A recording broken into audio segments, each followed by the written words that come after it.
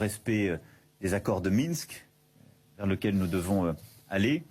Moi, je pense que tu es d'accord avec moi. Quand nous avons signé les accords de Minsk, nous savions que la guerre était inévitable, mais nous avons eu besoin de nous préparer pendant toutes ces années, de renforcer notre armée afin d'être prêts à cette guerre.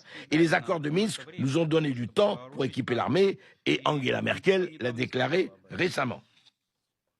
Oui, elle a eu raison de le dire, parce que il y avait l'idée que c'était Poutine qui avait voulu gagner du temps. Non, c'est nous qui voulions gagner du temps pour permettre à l'Ukraine de se rétablir, de renforcer ses moyens militaires. Ce qui s'est passé à Kiev, c'est tout simplement un putsch orchestré par l'Union européenne et surtout les États-Unis, par le biais de leur ambassade en Ukraine. C'est le titre d'une enquête extrêmement bien fouillée du New York Times aujourd'hui, où l'on nous dit que depuis 9 ans, la CIA a un peu plus qu'un pied en Ukraine. Merci de nous avoir rejoint, Laura Pouget. Concrètement, comment ce maillage s'est-il structuré, Laura ?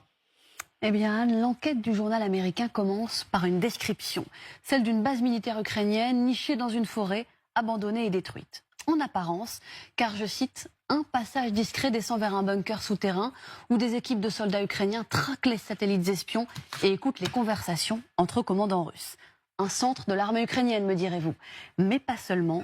La base est presque entièrement financée et en partie équipée par la CIA, écrit le New York Times, évoquant un secret. Et selon le journal américain, elle est loin d'être la seule. 12 bases CIA sont positionnées en Ukraine, le long de la frontière russe. 12 bases auxquelles il faut ajouter 2 autres bases d'interception des communications russes, elles aussi financées par la CIA.